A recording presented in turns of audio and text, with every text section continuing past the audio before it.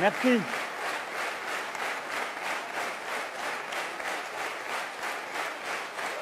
Merci. Merci.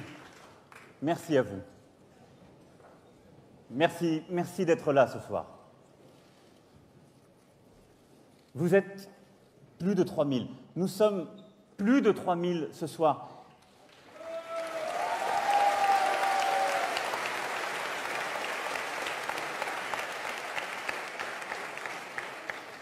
Et plusieurs milliers ont dû repartir parce qu'il n'y avait plus de place.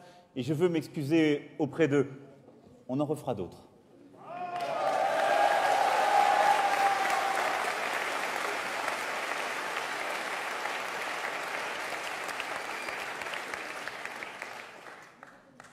Oui, nous sommes en marche. C'est fait. Alors merci d'être là. Merci aux volontaires d'En Marche, à toutes celles et ceux qui ont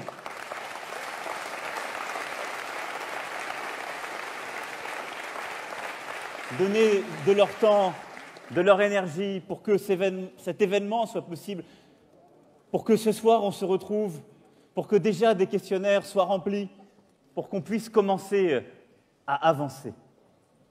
Alors, je voulais que cette rencontre, cette première rencontre du mouvement, puisse donner la parole à des hommes et des femmes très différents. Vous l'avez vu.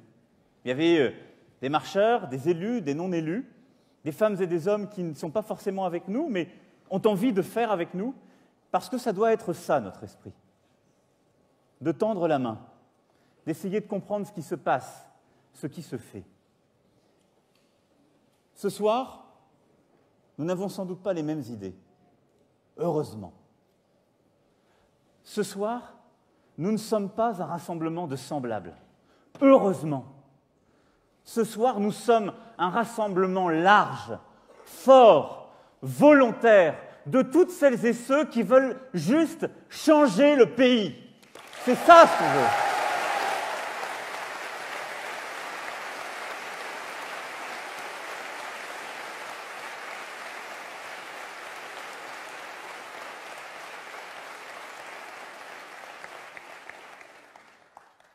Ce que nous sommes en train de faire, c'est de commencer à écrire une nouvelle histoire.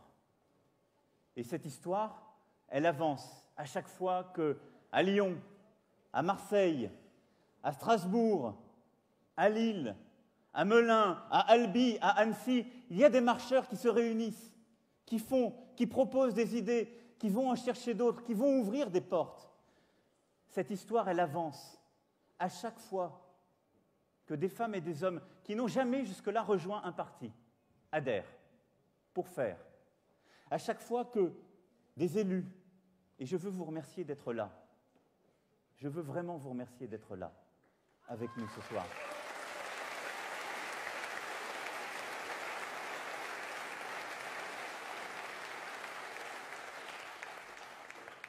Grand-mère, Roland, merci d'être là avec Gérard, sénateur, députés, anciens ministres, élus consulaires, dans tous les territoires qui sont ici présents. Vous avez pris un risque, je le sais bien, parce que nous ne sommes pas toujours bien vus des partis.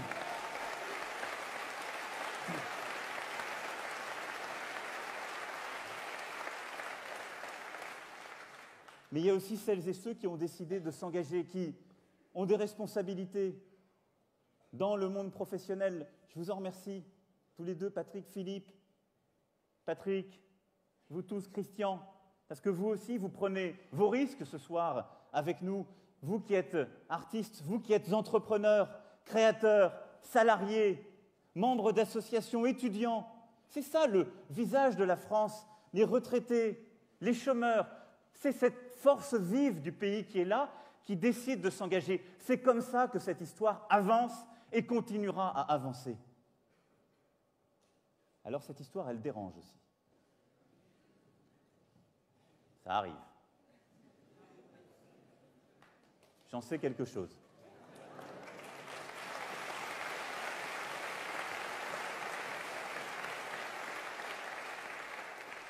Elle dérange parce qu'elle vient contrarier l'ordre établi. Parce qu'elle inquiète le système, ses incohérences. Parce que nous sommes là. Et parce que si le système devait être inquiet et penser que nous allions céder, vous êtes en train de lui montrer que c'est tout le contraire.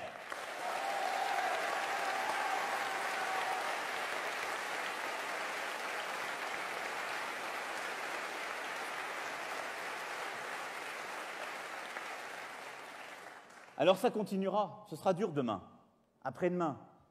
Il y aura des jours où on ne se réunira pas, je veux aussi vous rassurer. Où il faudra faire sur le terrain, où il y aura de la pluie, des colibés, où on se fera critiquer, où les gens s'interrogeront, les uns sur nos motivations, les autres sur nos capacités à aller au bout, parfois les mêmes d'ailleurs. Rien ne doit nous arrêter.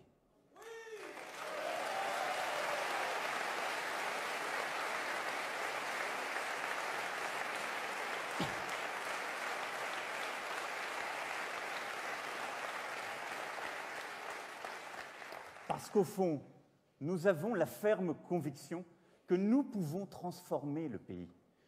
Nous pouvons récompenser toutes celles et ceux qui prennent des risques en créant, en tentant quelque chose, en entreprenant. Nous pouvons reconnaître celles et ceux qui sont dans la plus grande difficulté, parfois dans la souffrance. Nous pouvons laisser plus d'opportunités à vivre aux uns et aux autres. Nous pouvons vivre dans un pays où il est permis d'échouer, parce que ça n'est pas assez grave, et où il est en même temps formidable de réussir, et ça ne doit pas être une honte.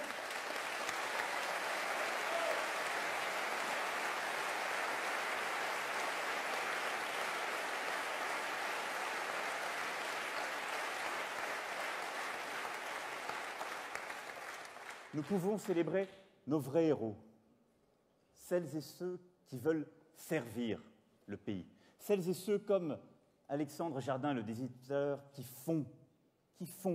veulent faire avancer les choses. Nous pouvons retrouver espoir. C'est cela notre histoire.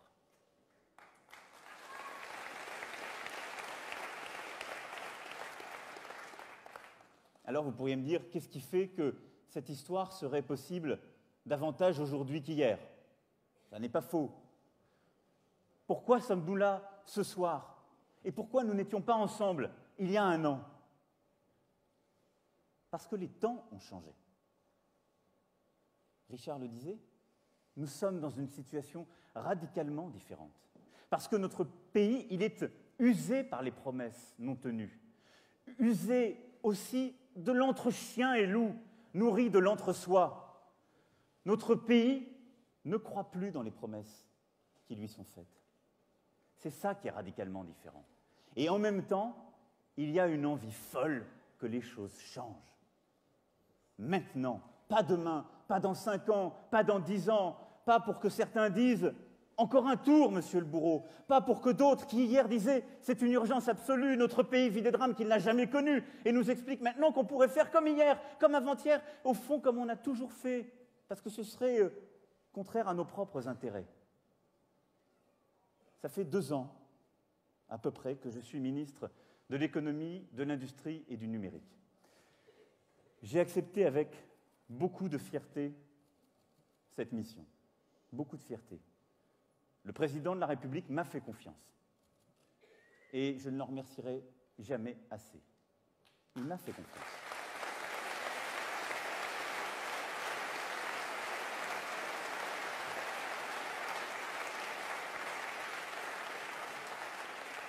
Il m'a fait confiance parce qu'il pensait que je pouvais faire quelque chose. Et j'ai accepté cette mission parce que j'aime mon pays, parce que je voulais agir, parce que je voulais transformer, parce que je voulais qu'on avance, parce que je considère, et les élus qui sont là le savent, parce que vous qui êtes engagés dans des associations ou dans vos entreprises, vous le savez, il n'y a pas de plus belle chose que de servir, et en particulier servir son pays.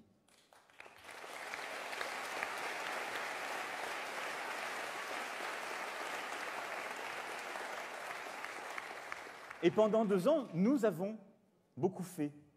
Il y a eu beaucoup de choses faites. J'entends beaucoup de choses injustes. Et je ne veux pas que notre mouvement y participe en quelque sorte d'un scepticisme général ou d'une mode qui consisterait à dire du mal qui du gouvernement, qui du président de la République. Ça n'est pas ma crèmerie. Nous n'avons pas besoin de ça pour avancer. Ça n'est pas ma démarche. Parce que j'ai vu un volontarisme, une envie de faire, de l'abnégation de mes équipes qui ont travaillé jour et nuit pour que les choses avancent, pour que les lois soient prises, les décrets, pour que les situations industrielles se débloquent. L'abnégation des élus, les parlementaires qui m'ont accompagné dans cette aventure, qui n'ont pas compté leur nuit. Vous savez, on se fait aussi des fausses idées de ce que sont les élus. Je l'ai vu, moi je les ai vus, les nuits jusqu'au petit matin, vous vous en souvenez, hein? Les week-ends où on discutait les textes de loi, où on se battait pour faire avancer les choses dans lesquelles on croyait. C'est cela aussi qu'on a fait. Mais j'ai aussi vu les blocages et tout ce qui n'avançait pas. J'ai aussi compris qu'il y avait des résistances fortes, extrêmes. J'ai compris que quand on n'avait pas vraiment expliqué ce qu'on voulait faire, c'était plus difficile de le réaliser. Richard a raison. Si on avance à couvert, on a du mal à convaincre. J'ai vu aussi qu'il y avait des lobbies, des groupes d'intérêt. J'ai compris que le temps pour décider, pour faire voter, pour faire appliquer, pour qu'au fond, ce qu'on a promis de faire devienne une réalité sur le terrain, était au fond devenu incompréhensible pour les gens et nous fragilisait tous à la fin. Parce qu'il réduisait notre capacité, au fond, à agir. J'ai vu aussi combien, lorsque les lois sont instables, les textes trop compliqués, nous perdons en efficacité. Parce qu'au fond, ça n'est plus tellement une question d'homme ou de femme, ça n'est plus seulement une question d'homme ou de femme. C'est le fait que nos institutions, notre système, la chorégraphie de tout cela, ce monde est ancien, il est usé, il est fatigué. Il faut en changer.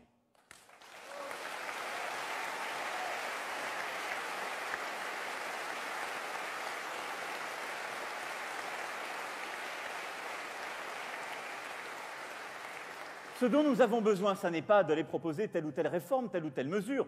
Ce concours viendra, je vous rassure. D'aucuns ont déjà commencé, parce qu'on ne sait d'ailleurs après plus comment il faut les étalonner.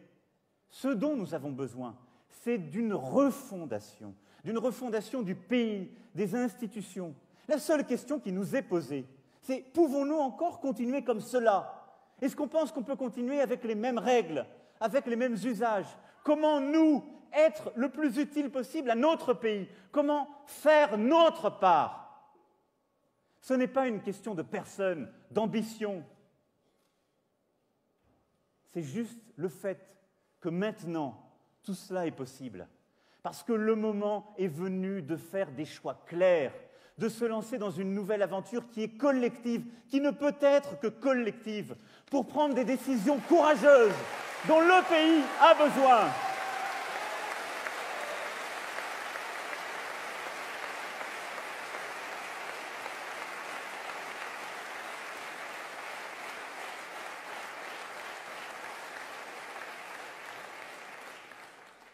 La fatigue qu'on ressent dans le pays, son angoisse, elle se nourrit justement de ce manque de lucidité, de celles et ceux qui veulent installer l'idée qu'on pourrait continuer comme avant. Parce que quand on ne regarde pas le monde tel qu'il va, ses risques, ses changements, on ne peut plus porter une vision nouvelle, on ne peut plus proposer quelque chose, un projet, et donc une action utile. La réponse, ce n'est pas de l'agitation. Ce n'est pas de participer à un grand cirque. C'est de refonder une action qui ne peut s'appuyer que sur un constat lucide, établi. Qu'est-ce qui fonde cette urgence? Qu'est-ce qui fait que vous êtes là ce soir, qu'on a collectivement le sentiment que, au fond, quelque chose a changé en profondeur et que ce changement est irréversible et nous oblige nous-mêmes à agir différemment? C'est que l'histoire est en train de rebattre les cartes. C'est que l'histoire change. Elle n'est pas la même. C'est que nous sommes en train, aujourd'hui, de vivre collectivement une refondation en profondeur. Une grande transformation. Ce ne sont pas des incidents qui arrivent, des petits changements. Ça fait 30 ans on a déjà le sentiment sourd, intime, que quelque chose a changé depuis la fin des 30 Glorieuses. Moi, depuis que je suis à la vie politique, on me dit qu'on va s'ajuster, qu'on va un peu améliorer les choses. Là, c'est encore plus profond ce qui est en train de se passer. Nous sommes en train de vivre une grande transformation.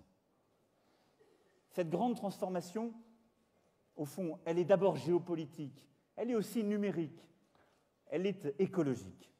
Elle est en train de bouleverser nos ordres établis, tout ce sur quoi on avait construit notre organisation, notre action.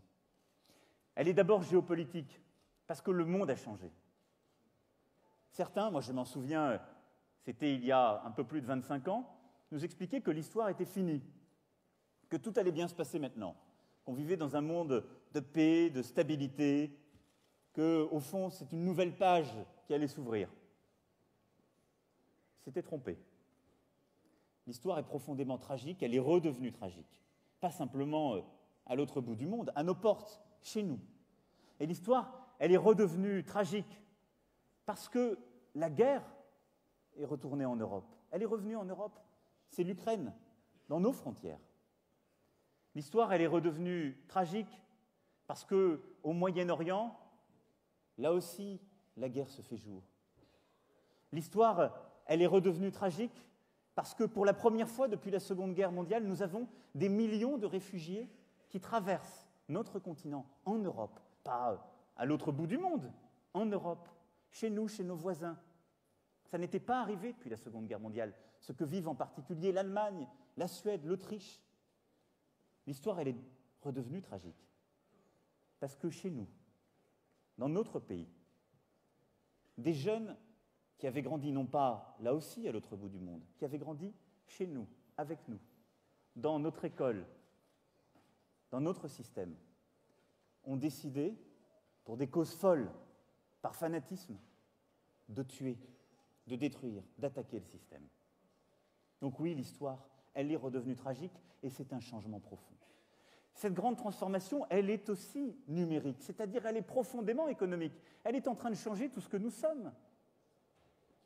Imaginez, il y a encore 10 ans, vous réserviez vos vacances en allant dans une agence de voyage, vous alliez à la gare chercher vos billets, vous passiez vos petites annonces dans un journal. Vous ne le faites presque plus. Vous n'imaginiez pas pouvoir vous déplacer avec un smartphone, vous n'imaginiez sans doute pas pouvoir réserver pour vos vacances un appartement par Internet, payer sans contact. Mais c'est tout qui est bousculé, notre façon de consommer, d'innover, de produire, de se déplacer, de tout faire. Et cette transformation, c'est une formidable accélération de la mondialisation. On a connu la mondialisation du porte-container, qui a changé les choses, qui a redéplacé les flux, conduit à des délocalisations, à produire différemment. Là, c'est encore plus radical. Ça se passe en un clic. Des géants sont créés en quelques années, qui bouleversent notre économie. C'est ça ce qui se passe aujourd'hui en France. Alors ça a des conséquences profondes. Des secteurs de notre économie sont balayés. D'autres sont créés que nous n'attendions pas. Le travail est en train de se transformer. Et il faut qu'on en ait conscience. Il y avait devant nos portes, là, des militants sincères qui étaient contre la loi travail. Mais la loi travail, c'est une bataille importante, c'est une réforme importante à laquelle je crois, que je défends. Mais ça n'est déjà pas le combat d'aujourd'hui, ça n'est plus le combat d'aujourd'hui. Parce que le travail a radicalement changé, il est en train de se transformer. Nous sommes en train, qu'on le veuille ou non, de sortir de l'âge classique du travail. Pourquoi ? Parce que ce qu'on faisait dans l'entreprise, dans la banque, dans l'assurance, c'est radicalement différent. Ça commence à l'être, ça le sera de plus en plus. On nous dit que dans certains services, la moitié des emplois n'existeront plus dans 10 ans. Ça veut dire qu'ils auront changé, qu'on aura dû requalifier. Et donc, c'est une transformation profonde. Ça veut dire que le cœur de notre société, de notre modèle productif, les classes moyennes, vont voir leurs emplois, leurs qualifications, leurs missions, parfois profondément bousculées, fragilisées. Et en même temps, on va recréer des opportunités pour les plus qualifiés, pour les moins qualifiés. C'est un enjeu formidable, inquiétant, terrifiant pour certains. Et en même temps, ce sont des tas d'opportunités à prendre. Parce que ce sont des millions d'emplois aussi à créer. Mais c'est un défi pour nous. Parce qu'il faudra s'organiser différemment dans l'entreprise pour accompagner ces changements. Oui, il faudra plus d'agilité, parce qu'il faudra former bien davantage. La vie se transformera. Et parce qu'il faudra accompagner tout cela. Alors, vous imaginez, notre modèle social, notre organisation collective qui a été conçue, au fond, en 1945 et en 1958, elle souffre au milieu de ces changements. Elle les craint. Et ce ne sont pas des ajustements qui permettront d'accompagner cette transformation. C'est bien une refondation radicale des choses. Et puis, il y a la grande transformation environnementale. Elle est aussi radicale. Ça n'est pas, là aussi, des grands propos incantatoires qu'il faut tenir. Ça n'est pas des promesses de lendemain qui chantent ou qui pleurent. C'est maintenant. C'est un défi d'aujourd'hui. C'est notre défi. Pourquoi ? Parce que nous avons aujourd'hui, partout sur la planète, les effets de cette transformation. Chaque année est plus chaude que la précédente. Nous nous débattons avec un modèle productif qui nous permet de tenir, mais enfin, on dépense encore plus d'argent à tirer les énergies du passé qu'à produire l'énergie du futur. Nous avons créé un 7e continent. Vous ne le saviez pas. Il est fait de plastique. Il a comme surgi des eaux. D'un côté, nous gaspillons 1/3 de la nourriture que nous produisons, et de l'autre, l'obésité progresse. Les appareils que nous utilisons mettront des décennies parfois à disparaître. Ce n'est pas demain, c'est aujourd'hui.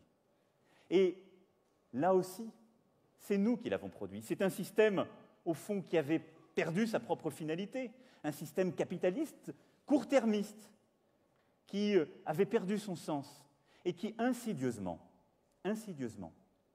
a réduit les chances, les opportunités des plus faibles et des plus fragiles, qui sont les premières victimes de ces inégalités environnementales, chez nous, quand ils les subissent.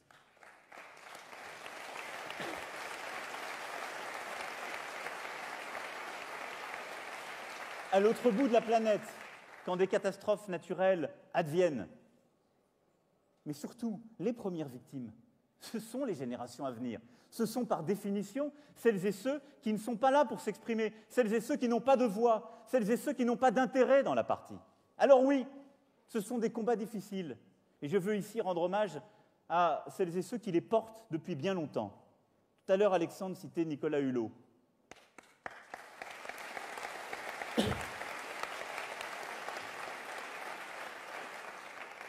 Il a eu bien du mérite, parce qu'il s'est battu, parfois sous les colibés. Vous savez, il fait partie de ces grandes figures qui sont très populaires quand elles se sont éloignées de la scène politique, parce qu'on considère qu'ils ne sont plus au fond des dangers. Il a fait un choix en responsabilité il y a quelques jours, qui je pense était un choix difficile, qui est un choix fait sous la pression de certains, mais il a porté bien avant que toutes ces questions ne se posent, ces causes que je suis en train d'évoquer. Il les a portées en désintérêt, il les a portées dans le cadre d'une fondation qui le dépasse. Et il fait partie de ces missionnaires, et il y en a des milliers, il y en a dans cette salle, qui, dans l'ombre, depuis des décennies, ont porté cette cause qui est difficile. Parce que c'est difficile de trouver un financement, c'est difficile de trouver une voie quand on vient contrarier les intérêts en place pour défendre le long terme.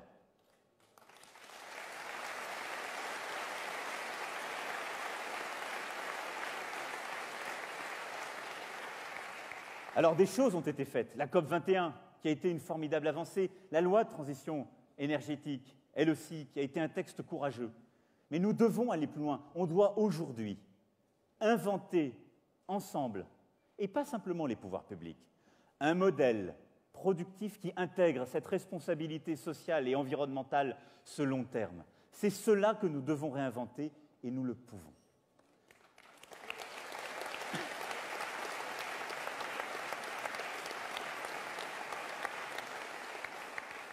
Alors, vous le voyez, ces bouleversements, ils viennent profondément bousculer nos pays. C'est cela qui crée encore plus qu'hier la nécessité de changer, de bouger, de refonder les choses. On ne peut pas faire comme si de rien n'était. Ça n'est pas tenable. L'anxiété progresse, les tensions s'accroissent à cause, justement, de tous ces risques. Les populismes avancent, on les voit monter partout en Europe et de l'autre côté de l'Atlantique. Le sentiment de déclassement, d'insécurité sociale est là. Les classes moyennes, elles vivent ces basculements. Ça ne sert à rien de leur mentir, de leur expliquer qu'on va leur cacher tout ça. Elles le comprennent bien mieux que nous et elles sentent que ces ajustements qu'on est en train de faire, ils sont non seulement insuffisants, ce sont des batailles difficiles, quoique incomplètes, mais elles veulent qu'on l'explique. Les Français veulent qu'on leur explique ce changement pour pouvoir l'accompagner. Il faut arrêter de tenir ce pays dans un état de minorité intellectuelle et politique.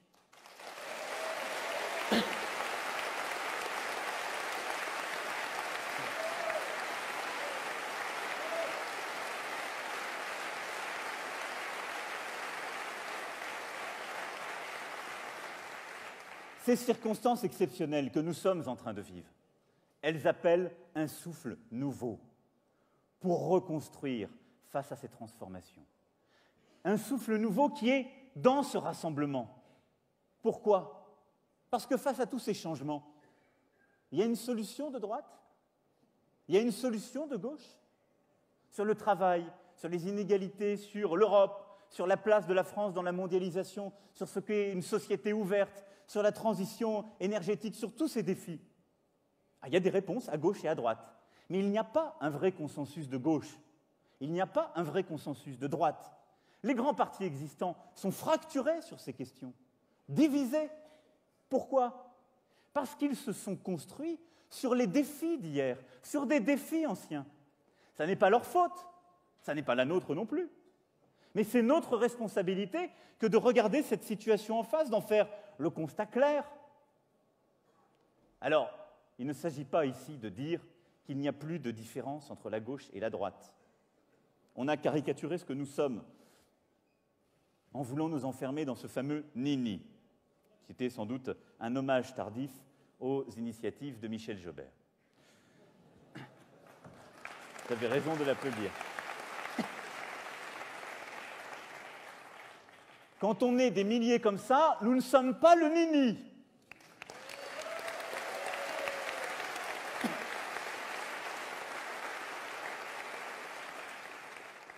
Il y a des différences entre la gauche et la droite. Elles existent. Des différences de culture politique, de sensibilité sur certains sujets, de représentation, d'histoire, d'affinité, de repères. Et il faut les respecter. Moi-même, j'ai eu l'occasion de le dire, je suis de gauche. C'est mon histoire.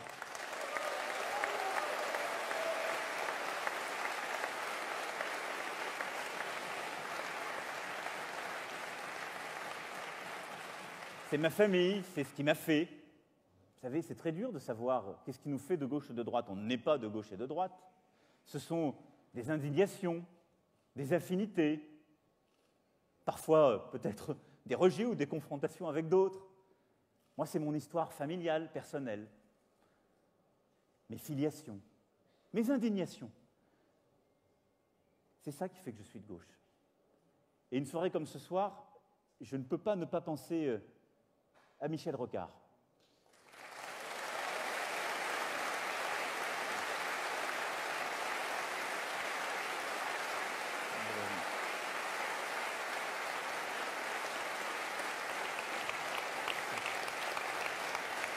Vous avez raison d'applaudir.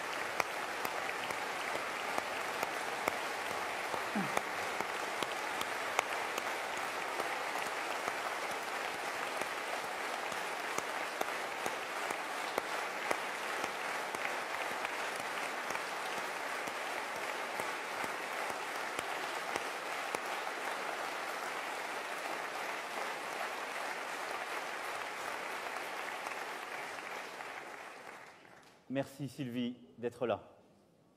Tu vois, il y a beaucoup de gens qui pensent à toi et à lui.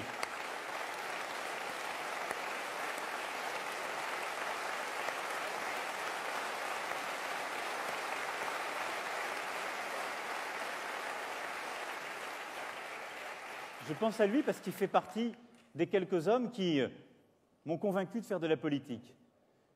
Alors, je suis très différent de Michel Rocard. Et donc, en lui rendant hommage, et Henri le sait bien, qui me l'avait présenté, et à qui je dois aussi beaucoup, en rendant hommage à Michel Rocard, ce n'est pas parce qu'on sait comment est fait le monde médiatico-politique, ce n'est pas pour le récupérer. On ne récupère pas Michel Rocard. Des gens ont essayé de son vivant, ils n'ont pas réussi.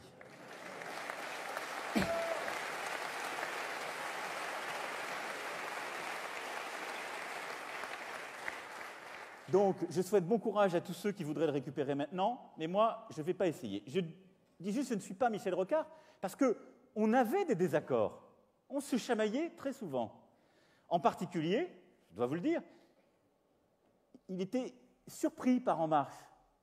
Pourquoi? Parce que c'était un homme de parti, un vrai, un homme d'engagement militant, qui avait vraiment eu cet engagement dans le PSU, puis dans le PS. C'était son histoire, ça n'est pas la mienne. Donc quand je rends hommage à Michel Rocard, c'est ce que je lui dois, c'est ma dette personnelle, parce qu'on l'a chacun, il faut toujours la reconnaître. J'en ai des tas de dettes personnelles, je les rendrai toujours, mais il faut les rendre en liberté. Il faut les rendre sans chercher à capturer un héritage, sans chercher à dire « je fais tout pareil », parce que ça n'aurait aucun sens. Et la meilleure façon d'être fidèle dans la vie, c'est de toujours nommer ses dettes, de toujours les reconnaître, mais d'être avant tout fidèle à ce qu'on est au présent et à ses idées. C'est ça ce que nous faisons ensemble.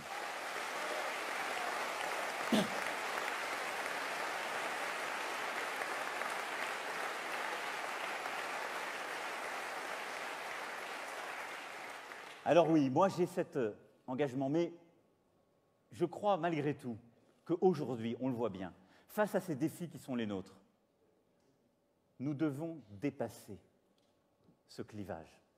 Nous devons aller plus loin. Non pas pour reformer un nouveau parti. Je veux rassurer ici tout le monde, l'idée n'est pas de faire un parti qui soit, je ne sais pas, au centre-gauche ou au centre, ou que sais-je. Ce n'est pas ça notre volonté. C'est d'être un mouvement qui rassemble. Parce que dans des circonstances exceptionnelles, on doit additionner les forces. Nous devons rassembler des femmes et des hommes de tous bords, de gauche et pleinement de gauche, de droite et pleinement de droite, du centre et pleinement du centre, des femmes et des hommes de la société civile.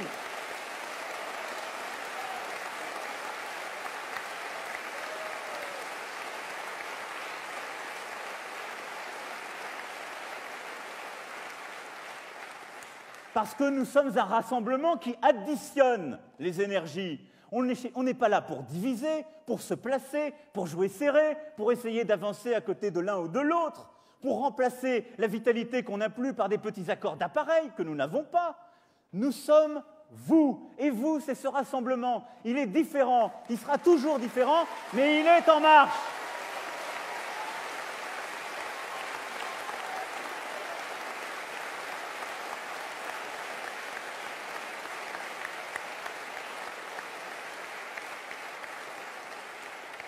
Ce rassemblement, c'est le rassemblement des progressistes. Parce que les progressistes, ils ne sont pas réservés à la gauche, ils ne sont pas non plus réservés à la droite, ils ne sont pas non plus hors du champ politique, c'est nous. Bon. Et donc, le progressiste, c'est ceux qui croient dans la liberté, dans un rapport à la justice, dans la société ouverte, dans l'Europe. C'est surtout ceux qui n'ont pas peur de voir la France telle qu'elle est et qui, en la regardant en face,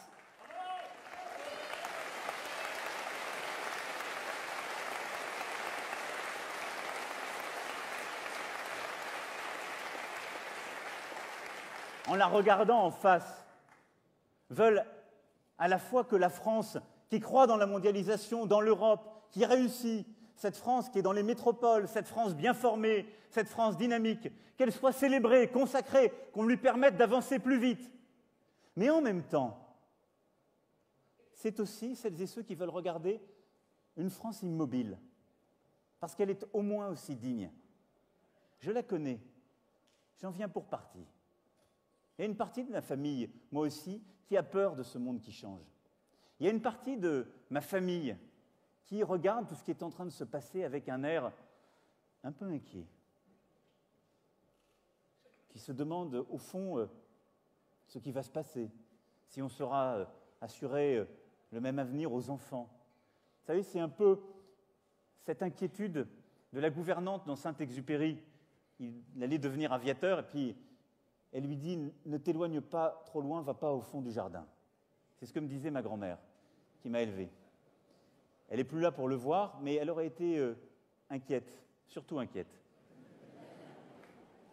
Mais parce qu'il y a cette France qui a peur du déclassement, qui ne se retrouve pas dans ce monde qui va,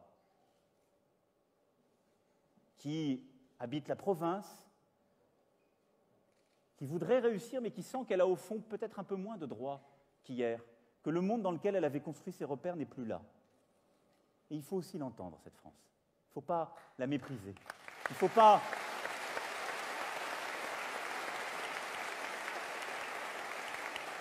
Il ne faut pas qu'on lui explique qu'au fond, la solution qu'on lui apporte, c'est superbe, c'est la France des start-upers.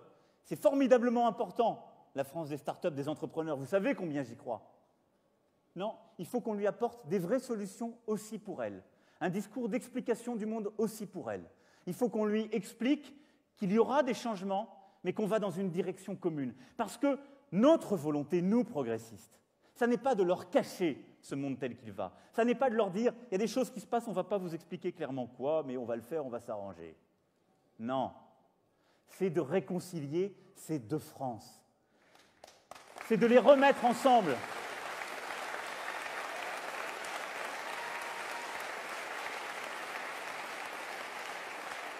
Parce que avoir deux France, c'est contraire à la France. C'est trahir ce que nous sommes. Et c'est ce qui est en train de se passer. Elle se morcelle sous nos yeux.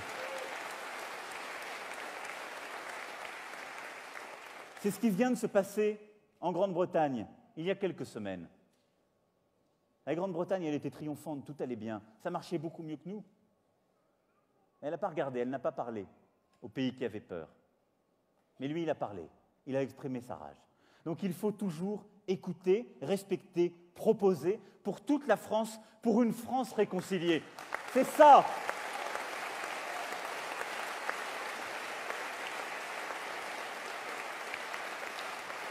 Et c'est la condition même de notre action. C'est ce qui doit nous faire avancer. C'est cela notre projet. C'est ce qui fait notre rassemblement au-delà de nos différences. C'est ce dont notre pays a besoin. Parce que notre rassemblement, ça n'est pas un rassemblement pour plaire, c'est un rassemblement pour faire, pour avancer.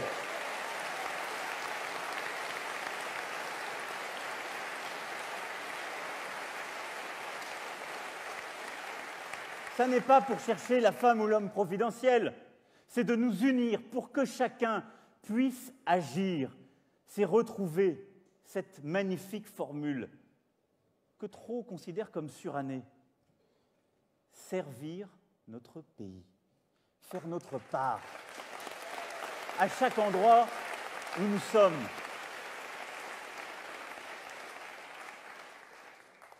Regardez où nous sommes ce soir. Ces circonstances exceptionnelles, elles ont tout changé. Regardez-vous ce soir. Vous n'êtes pas venus pour assister à un énième congrès. Je ne crois pas. Vous êtes simplement cette convergence exceptionnelle, faite de différences pour agir. C'est cela, ce que vous êtes, ce que nous sommes. Je ne pensais pas, il y a 2 ans, être ce soir devant vous, là, comme ça. Rien ne pouvait nous laisser penser cela. Et je pense que vous, il y a 4 mois, vous ne pensiez pas non plus être là ce soir. Et pourtant, nous sommes tous réunis. Alors, imaginez où nous serons dans 3 mois, dans 6 mois, dans 1 an.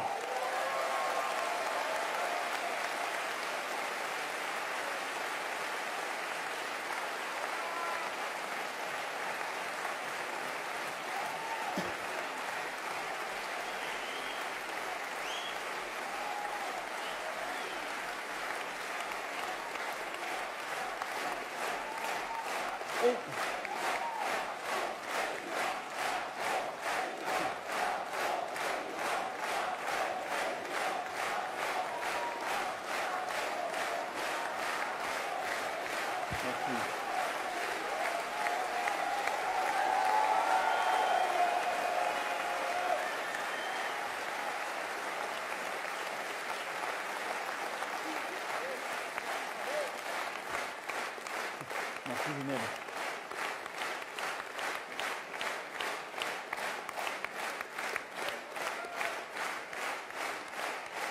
Mais notre priorité, c'est d'abord un projet. Le projet progressiste. C'est cela, ce à quoi nous devons nous atteler. Autour de 3 convictions. C'est ça, ce qui doit nous animer dans les prochains mois. D'abord, libérer le pays. Le libérer. On le sait, vous le ressentez partout où vous êtes. On a besoin de plus de liberté. Parce que ce qui caractérise la France, c'est cette énergie. C'est ce que vous êtes là ce soir dans la salle, mais ce qu'il y a partout. La liberté des entrepreneurs, des petits comme des grands. La liberté des créateurs, la liberté des salariés qui veulent parfois faire différemment, qui veulent inventer leurs propres règles sur le terrain. La liberté des associations, des maires, des présidents de région, des élus locaux, des consulaires, de celles et ceux qui se disent « moi je suis sur le terrain, je sais mieux que ceux qui sont dans des bureaux tout en haut comment faire ».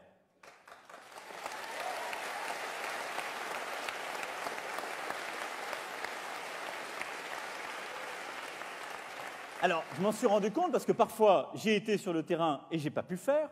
Et puis, je suis depuis 2 ans dans un bureau avec des équipes qui ont envie de faire des choses formidables et parfois on fait mal.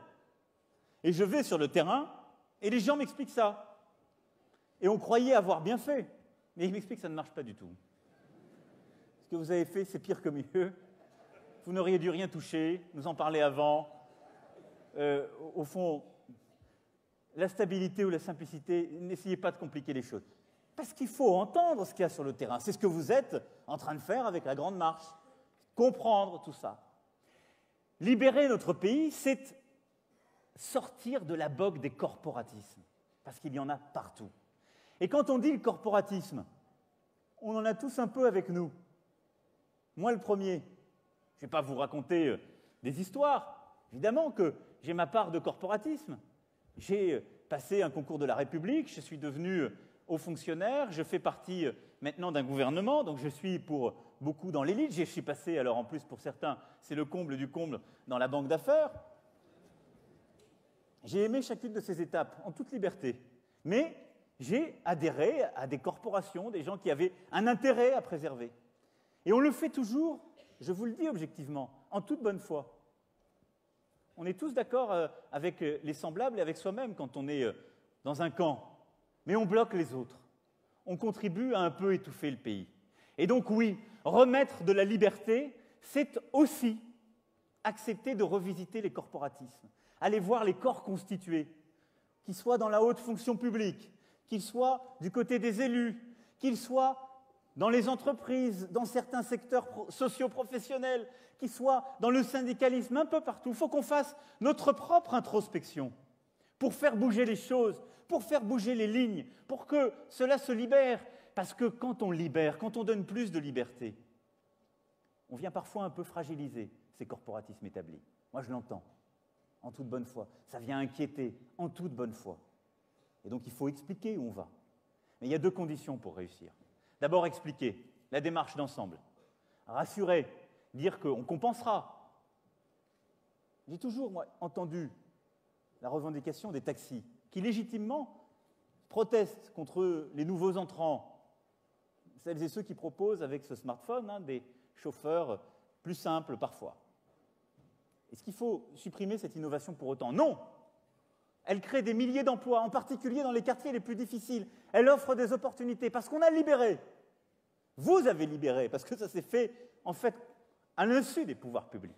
Mais en même temps, il faut savoir accompagner ceux qui ont perdu quelque chose ou qui sont en train de le perdre, en leur expliquant, en compensant, en accompagnant. Mais ça ne marche aussi que si on fait bouger tous les corporatismes, ensemble. Ça marche s'il n'y en a pas dans un coin, certains qui sont en train de dire aux autres « vous, avancez, mais nous, la liberté, ce sera pour demain qu'on vous la donnera. On ne va pas bouger. » La liberté, c'est à toutes les anciennes, pour tout le monde, pour tous les publics. Et en particulier pour celles et ceux qui sont tout en haut.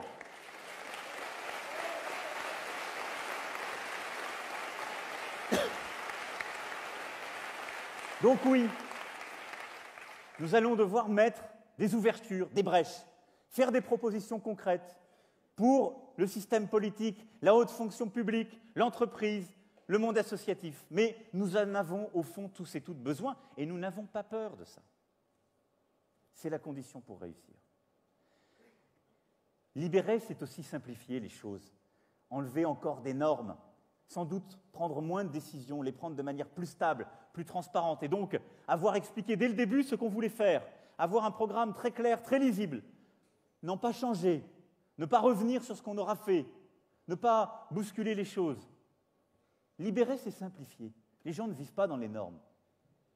Au contraire, ils veulent pouvoir avancer. Et donc oui, ce qui vient entraver toutes celles et ceux qui osent dans notre pays, on doit là aussi le simplifier, le supprimer. Au fond, le rendre plus lisible, plus transparent pour chacun. Parce que ce à quoi je crois très profondément, c'est qu'il y a une réconciliation vraie entre la liberté et la justice. Quand on dit qu'il faut libérer, ça n'est pas juste les énergies spontanées, formidables, qui viendraient s'exprimer de manière naturelle et qui oublieraient les perdants. Je vous ai dit qu'il fallait s'adresser aux perdants, mais c'est que parfois, en fermant les choses, en mettant des règles, en protégeant, on a fait des victimes, les plus faibles, ceux qui sont le plus loin de l'emploi, ceux pour qui c'est le plus difficile de rentrer dans les règles, que ce soit se déplacer, avoir le permis de conduire, se former, se repérer dans justement les formations, l'offre qui est faite, trouver un stage, un emploi. On a plein de bonnes idées, de bonnes choses qui existent. Mais le plus compliqué, c'est pour les plus petits, les plus faibles. Quand on libère, on simplifie. Quand on simplifie, on leur donne un accès. Et penser que la liberté s'oppose à l'égalité, c'est une fausse idée. C'est une erreur profonde. Notre erreur depuis des décennies, c'est que nous avons divisé la devise républicaine. Nous avons séparé la liberté et l'égalité. Et au fond, on s'est réparti les camps. On a dit, la gauche, sa mission, c'est l'égalité. Donc elle va faire des normes, elle va dire aux gens, il y a des contraintes, vous allez voir, etc., ça va bien se passer, mais nous, c'est l'égalité. Puis on va mettre des règles à tous les étages. Il y a des discriminations, on va mettre des normes pour vous l'imposer. Il y a tel problème, on met une norme. Je caricature. C'est un peu comme ça qu'on a conçu parfois notre rôle. Et de l'autre côté, la droite a le monopole de la liberté. Elle arrive, elle dit, moins en France que dans d'autres pays, pour être totalement honnête, mais on va enlever telle norme, on va baisser tels impôts, etc. Mais on va réconcilier les deux, parce que ça fonctionne ensemble. Parce que quand on libère...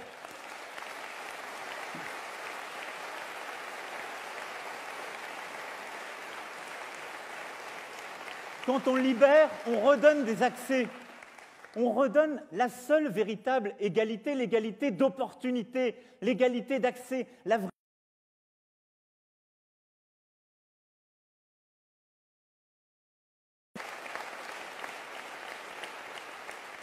Non pas l'égalité qu'on corrige a posteriori, une fois qu'on l'a constatée, en recréant d'autres normes qui viennent compliquer. Non, la vraie égalité, l'égalité des libertés. La vraie égalité, c'est que chacune et chacun, chez soi, d'où il est, quelle que soit sa condition, quelle que soit sa famille, ait les mêmes opportunités à chaque moment de sa vie, puisse accéder aux mêmes choses. C'est ça la vraie égalité. Et ça passe par la liberté.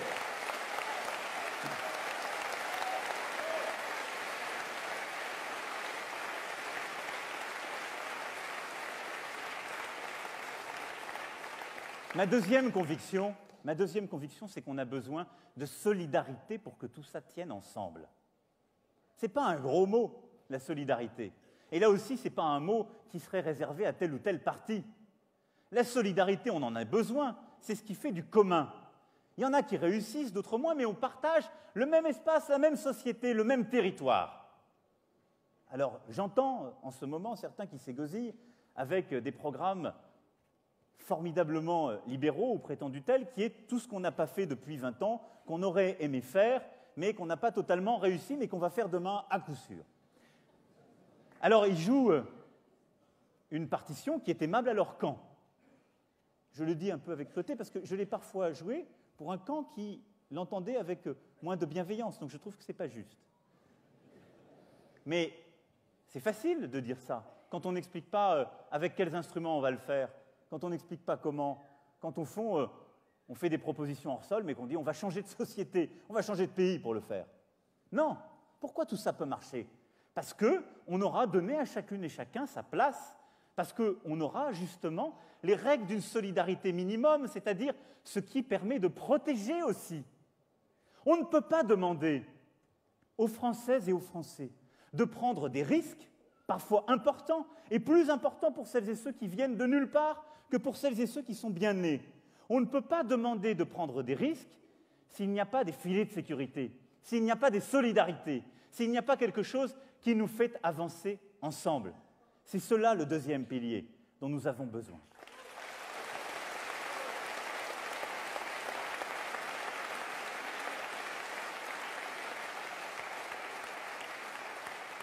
Et créer les vraies solidarités, ça n'est pas créer des droits. On a créé, là aussi, de droite comme de gauche, depuis 30 ans, on a créé des droits.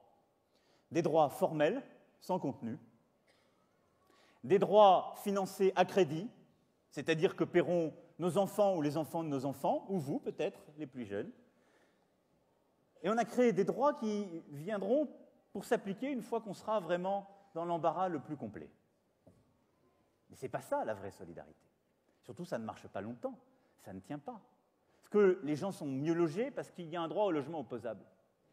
Je n'ai pas constaté ça.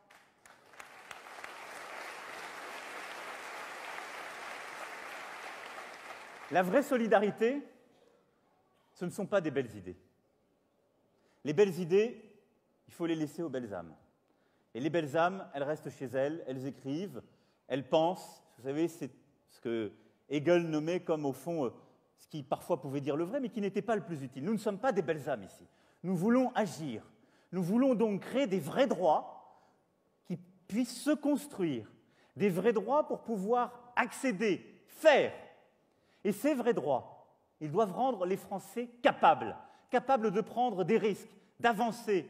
Ces vrais droits, ils doivent être solides, tangibles. Ce sont les protections pour faire face aux aléas de la vie, les plus profonds. Et c'est d'abord, au fond, la première, l'école. L'école, c'est ce qui permet de corriger les premières inégalités les plus atroces. Alors, beaucoup a été fait durant ces dernières années. Je veux aussi le reconnaître, le nommer, il faut le voir. Il y a des choses qui ont été faites, on a mis plus de moyens, il y a des organisations qui ont été bougées, on a reformé les professeurs, on a réinvesti. Malgré tout, regardez notre système. Là aussi, il faut qu'on le voit en face, il reste très inégalitaire.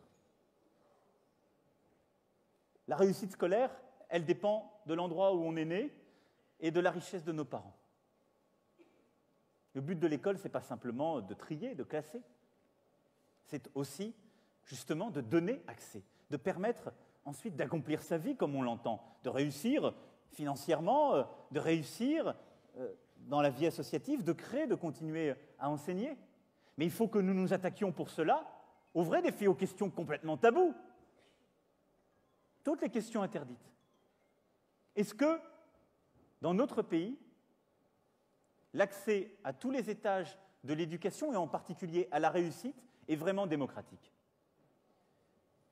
Pourquoi les enfants qui sont issus des familles modestes sont ceux que notre système abandonne encore davantage à leur sort, en contradiction avec nos principes?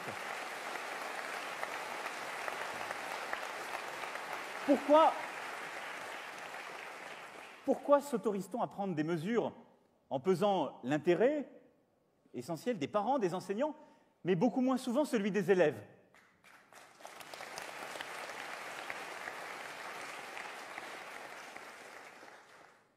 À quel moment doit-on se poser ensemble la question de l'évaluation? À tous les étages, systématique, des acquis des enfants, des enseignants, du déroulé de la carrière. Ce ne sont pas des questions taboues. Il faut d'ailleurs entendre ce que disent les enseignants, entendre ce que toutes celles et ceux qui vivent dans ce système demandent.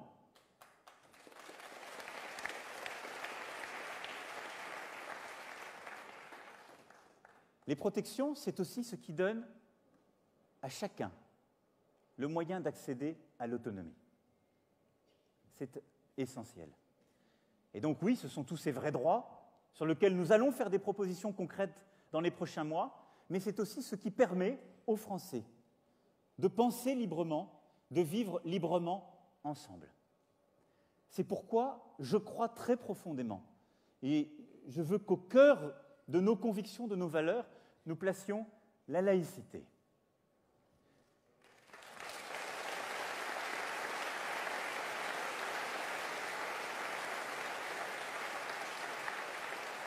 Parce que la laïcité, ça n'est pas un mot daté. Ça n'est pas un mot ringard, comme certains voudraient le faire dire. La laïcité, elle protège. Elle protège des identités fermées. Elle permet de veiller à ce que, justement, nul ne soit assigné à résidence par son identité ou par sa religion. Elle permet de croire ou de ne pas croire.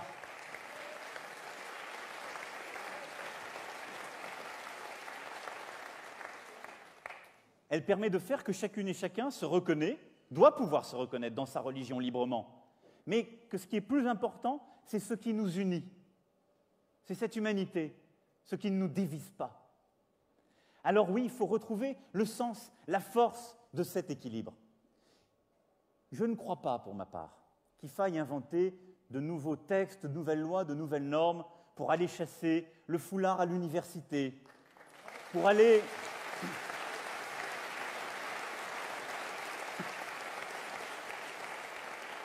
traquer dans les sorties scolaires celles et ceux qui peuvent avoir des signes religieux. Par contre, la laïcité, elle a un sens plein et entier. Et nous devons faire respecter les règles absolument. Et ces règles, elles sont claires. Toutes les religions se conforment aux règles de la République.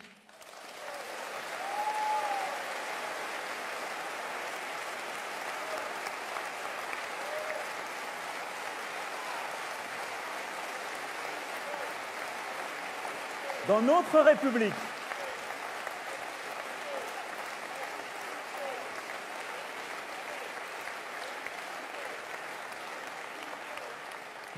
République, il n'y a pas d'inégalité entre les hommes et les femmes.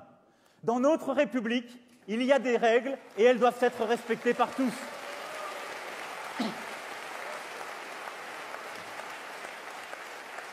Mais en même temps, ce combat, ça n'est pas un combat contre une religion. Ça, c'est l'erreur à ne pas faire. Ce combat, ça n'est pas un combat de la laïcité contre une religion, puisqu'il faut la nommer, l'islam. Ça n'aurait aucun sens. Ce serait une erreur fondamentale.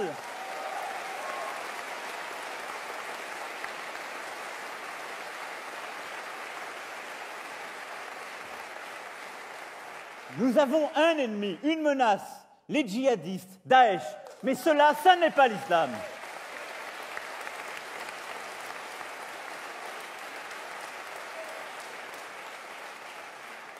Mais ce combat, c'est de faire respecter ces règles de la République. Oui, pleine et entière. Alors, vous savez, ces dernières semaines, au fond ces dernières années, on a beaucoup entendu parler de ce qu'est l'identité française. J'en ai rarement parlé pour ma part, mais j'y crois. Je suis attaché à cette identité française. Ça n'est pas un grand tout dans lequel, au fond, tout se mélange, tout n'aurait que la même importance. Ça n'est pas vrai, on se tromperait à dire ça. La France, elle a des origines chrétiennes. C'est vrai, il faut le regarder en face, il faut le nommer. Elle a même des origines judéo-chrétiennes. Mais est-ce qu'elle n'est que ça? Est-ce qu'elle n'est que ça? La France, elle s'est construite dans un projet politique que je viens de rappeler, en particulier celui de la laïcité, celui de la République, qui est un projet dont l'un des fondements était l'émancipation par rapport à une religion.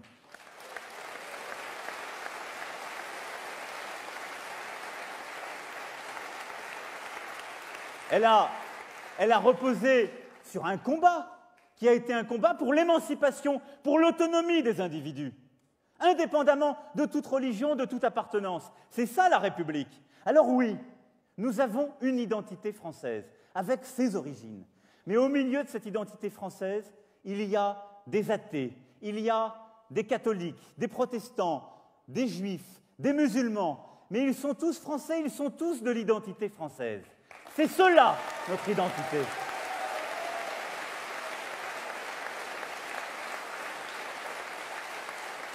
Dans les règles de la République. Il y a quelques semaines, j'ai remis une décoration. Vous savez, quand on est ministre, ça fait partie de la grammaire, on remet des décorations. Et c'est toujours des moments émouvants parce qu'on consacre des parcours, des talents. Et j'ai remis, elle doit être dans la salle avec nous, à Malika Bellaribi Le Mohal, qui est une cantatrice, une décoration. Et puis, je l'ai reçue juste avant. Malika, elle avait tout pour perdre, rien pour être là ce soir avec nous. Elle est née à Nanterre, de parents pauvres, dans le bidonville, en fait, si on se dit les choses en vérité. Dans une famille de confession musulmane, et elle a été fauchée par un camion à l'âge de 3 ans. Et elle a été recueillie, je le dis ici parce que c'est une histoire, si je l'inventais, on ne la croirait pas. Elle a été recueillie par les sœurs qui lui ont appris 2 choses, le chant et la religion chrétienne. Elle s'est convertie à plus de 30 ans. Pardon Malika, je raconte votre histoire, mais c'est une des histoires de la République. Elle s'est convertie parce qu'elle avait des parents suffisamment intelligents pour accepter que leur fille, au fond, se réalise dans une autre religion que la leur. C'est ça, la République. Mais surtout, elle a appris le chant. Et elle est devenue une grande chanteuse sur toutes les plus grandes scènes de France. Elle a monté des associations pour en former d'autres au chant, pour leur apprendre à sortir de leurs conditions, à réussir. Et je vais demander avant, comme je le fais souvent, à quoi vous tenez particulièrement? Est-ce qu'il y a une anecdote, quelqu'un qui vous est cher, que vous voulez que je nomme? Et elle m'a juste dit, dites que je suis française.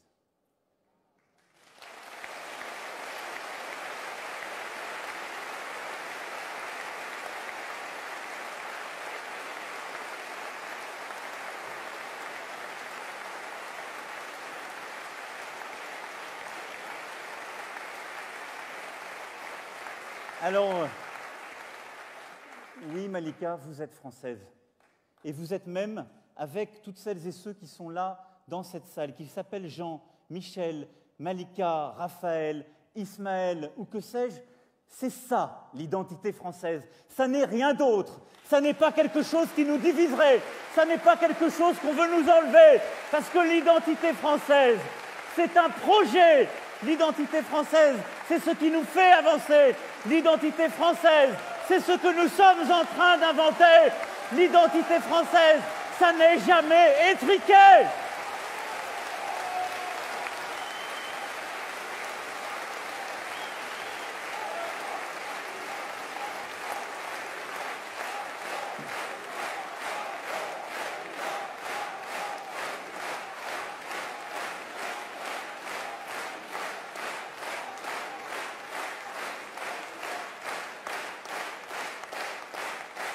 Alors oui,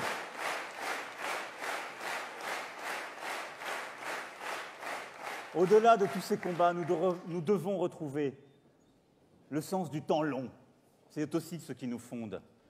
Le long terme, on le sait bien, c'est notre capacité à investir dans l'action publique, dans nos fonctionnaires. C'est la capacité à investir pour un nouveau modèle productif, pour justement cette transition environnementale indispensable. Et puis le long terme, ce que nous devons savoir retrouver, c'est le long terme pour l'Europe. Je ne peux pas ne pas en parler ici ce soir.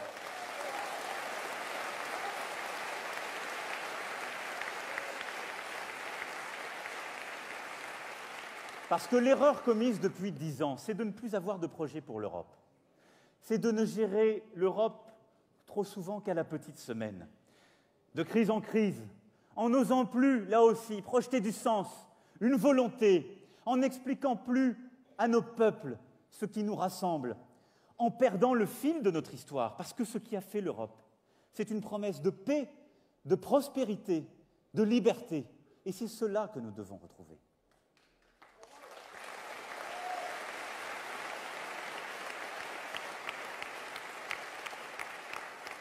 Le risque que nous courons, c'est que l'Europe se désagrège. Ça n'est pas un risque théorique. Il est là, il est à nos portes. C'est même en train de se faire sous nos yeux. Si nous continuons à ajuster, c'est ce qui se passera. Pourquoi? Parce que l'Europe, elle ne peut progresser que si elle ne se regarde plus elle-même, que si elle ne regarde plus ses petites différences, les problèmes que nous avons par rapport aux uns et aux autres en termes de compétitivité, de budget, en termes de différence. L'Europe, elle n'a de sens que si on l'inscrit dans le monde, que si on la regarde comme une puissance forte, une puissance qui doit protéger par rapport aux risques extérieurs, une puissance qui doit être économique, énergétique, numérique, environnementale, qui doit nous permettre de réussir, de nous projeter dans le concert des nations. L'Europe, son fondement même, ses racines, c'est d'exister par rapport au reste du monde, pas pour elle-même, pas recroquevillée sur elle. Et l'Europe, elle ne pourra avancer que, justement, si nous la pensons dans le monde, par rapport à la Chine et aux États-Unis, parce que notre défi, il est bien là, en la rendant plus concrète, plus efficace sur tous les défis qui sont les siens. Par rapport à l'Afrique, où elle a de formidables défis à relever en termes de développement. Et puis pour avoir un cœur d'Europe plus efficace. Mais cette Europe, elle ne fonctionnera que si nous savons, là aussi, considérer, parler aux perdants. Parce qu'il y a aujourd'hui des perdants de l'Europe. Il y a des femmes et des hommes qui doutent, qui pensent que l'Europe, ça n'est que des normes, qui pensent que l'Europe, c'est ce qui les empêche d'avancer. C'est faux, bien souvent, parce qu'on leur a menti sur l'Europe, qui ont peur de cette Europe, qui pensent qu'elle leur a enlevé des choses.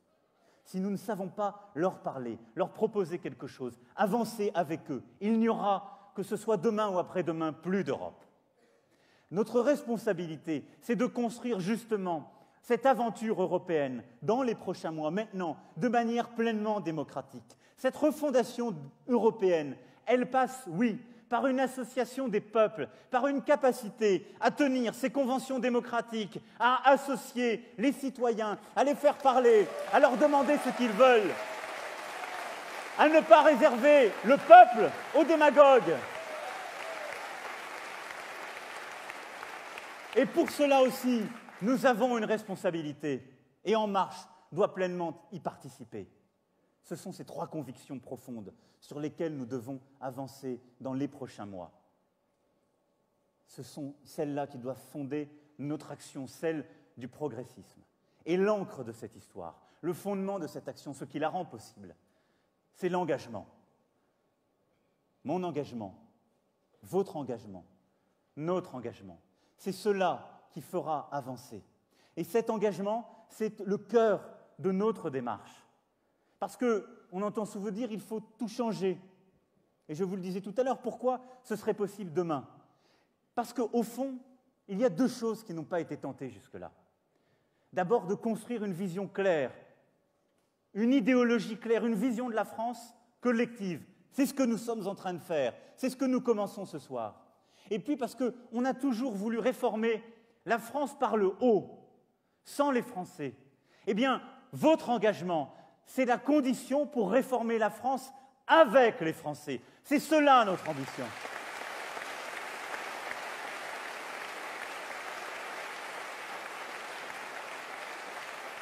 Alors cet engagement, ça a commencé avec la Grande Marche. Et je vous en remercie, vous avez fait un travail formidable. C'est cette mise en relation avec le pays, c'est d'aller chercher les problèmes, d'aller frapper des portes, d'aller trouver des visages des gens qui ne sont pas forcément d'accord avec vous, de les entendre, de les écouter, parfois d'essuyer des portes qui se ferment, de douter peut-être. Mais c'est la clé de tout. Alors oui, on s'est moqué de cette grande marche.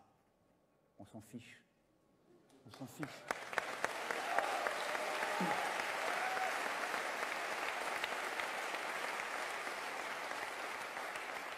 Parce qu'on s'est trompé. Ça n'est pas pour aller expliquer aux gens « votez pour nous ». Nous ne sommes candidats qu'à une chose, c'est faire un programme, c'est porter une vision, c'est juste changer le pays.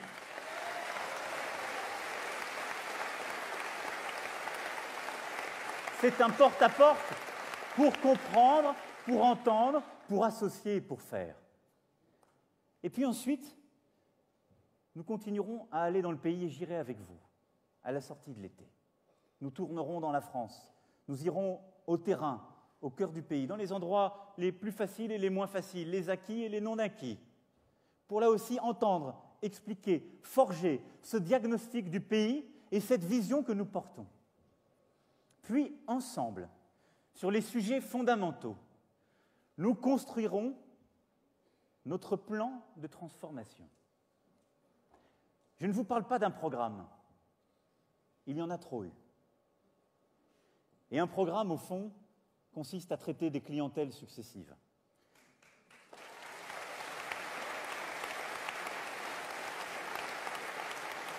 Il consiste à accumuler ce qui fait plaisir aux uns puis aux autres en pensant avoir leur accord. On ne sera pas d'accord avec tout le monde. On ne pourra pas faire tout ce qui avait toujours été souhaité par certains. Je m'en excuse tout de suite. Mais ce plan de transformation, il vaudra pour l'État et pour la société civile. Ce plan de transformation, ce seront les missions que nous devons, gouvernement, collectivités territoriales, syndicats, associations, civiles.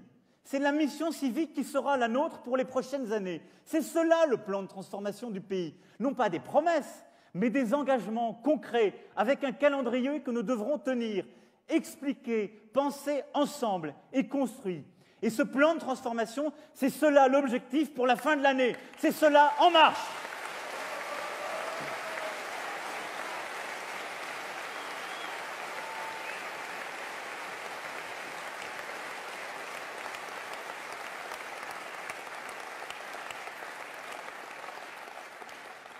Alors il y aura, pendant le même temps, des jeux d'appareils, des commentaires, une vie politique que nous connaissons.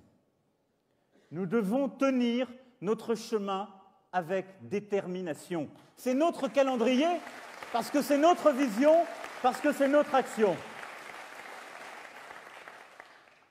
Il y aura un jeu démocratique qu'on connaît, où la gauche ira chercher son candidat, ses convictions les plus fortes, essaiera de rassembler sur un camp, puis se ramènera au centre. La droite fera pareil, elle est en train de le faire avec ses primaires.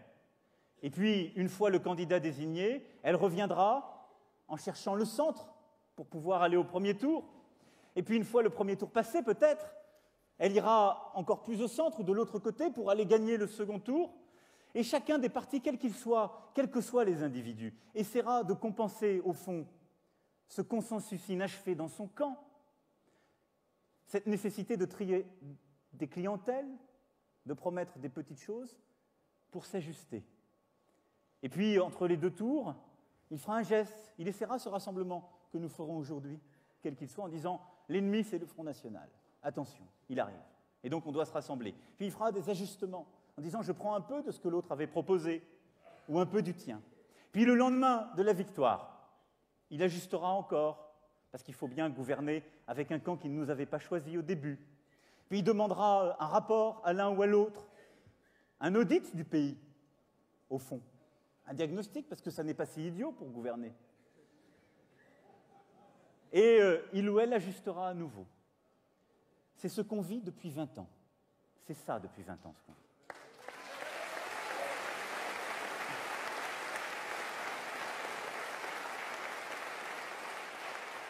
Et donc, oui, cela crée de la frustration légitime. J'ai toujours entendu et respecté les voix de celles et ceux qui me disaient que je n'étais pas le visage de la gauche qu'ils avaient choisi. C'est vrai. C'est vrai. Je ne peux pas leur enlever ça. Ça créera des sentiments de trahison, de mensonge, de droite et de gauche. Et ça n'est pas le fait des femmes ou des hommes qui accéderont au pouvoir. C'est le fait de notre système, de ces règles du jeu qui sont datées, qui sont d'un autre temps. Mais nous ne sommes pas obligés de considérer que ces règles sont immuables. Ça n'est pas notre Constitution. C'est même contraire à l'esprit de notre Constitution. La sève de notre Constitution, c'est d'avoir une vision, c'est de porter avec un peuple le pays haut et fort, c'est de retrouver l'énergie du peuple, c'est d'avoir un rassemblement qui dépasse les clivages, qui dépasse les partis, qui sait emporter quelque chose pour avancer.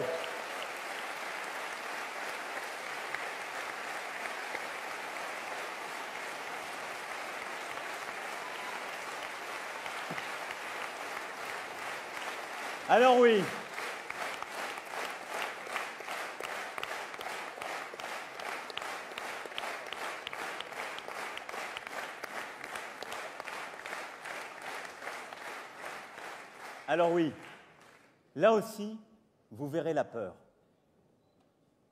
Parce que la peur sera là. Elle est là dans la société. Mais face à tous ces défis, face à ce que nous sommes en train de faire, il y aura la peur, et on vous la brandira.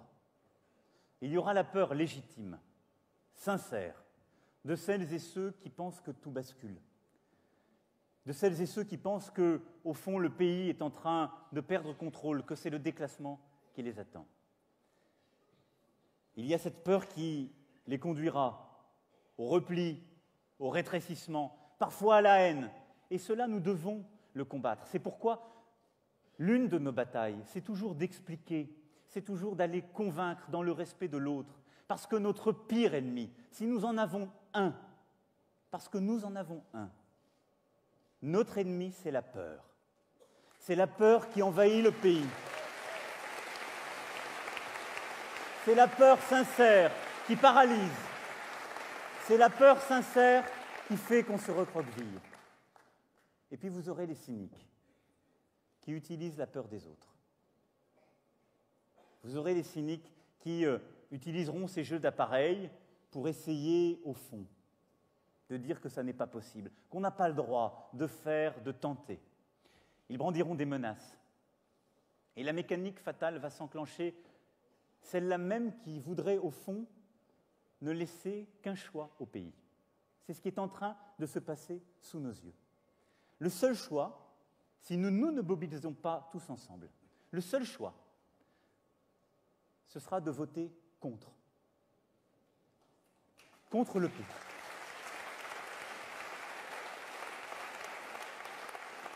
Ce qu'on nous propose largement, le dénominateur commun partout, c'est de voter contre. Contre le système, parce que c'est ce que propose le Front National.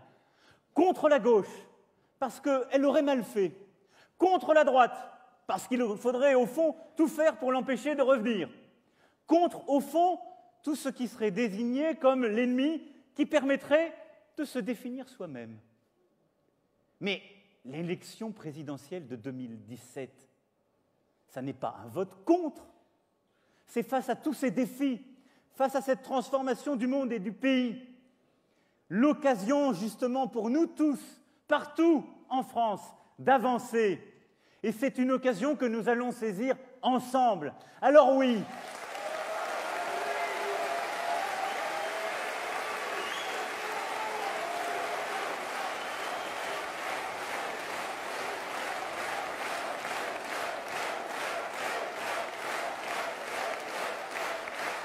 oui,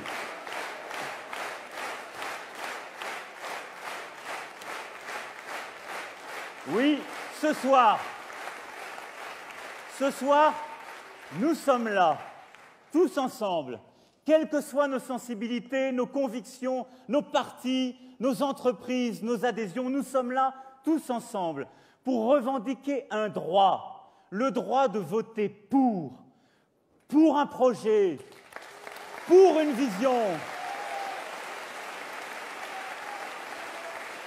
pour des choix,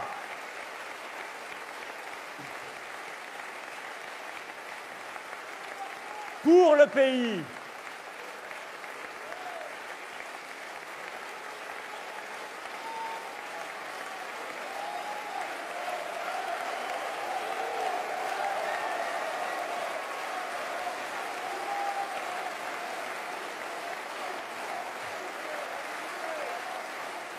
Et c'est cela notre bataille, c'est cela notre bataille pour les prochains mois. Et dans cette bataille, nous allons donner toutes nos forces. Dans cette bataille, nous allons prendre tous les risques. Et je les prendrai avec vous.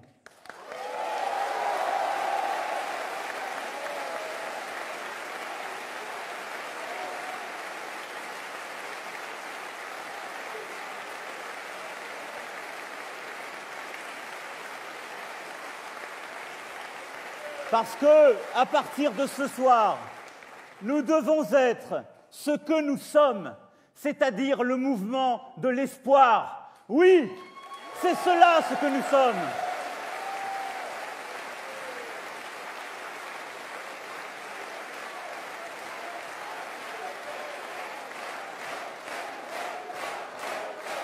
Et ce mouvement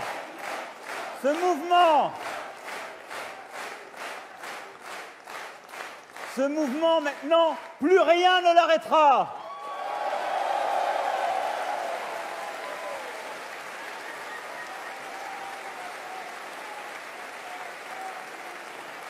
Ce mouvement,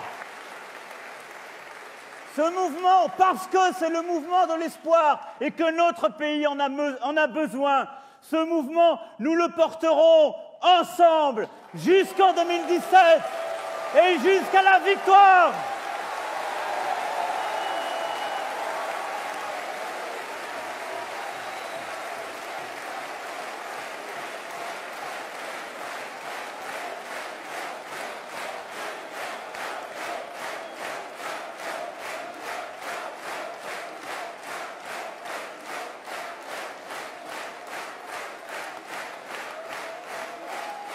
Vive la République! Vive la France! Merci à vous! Merci à vous!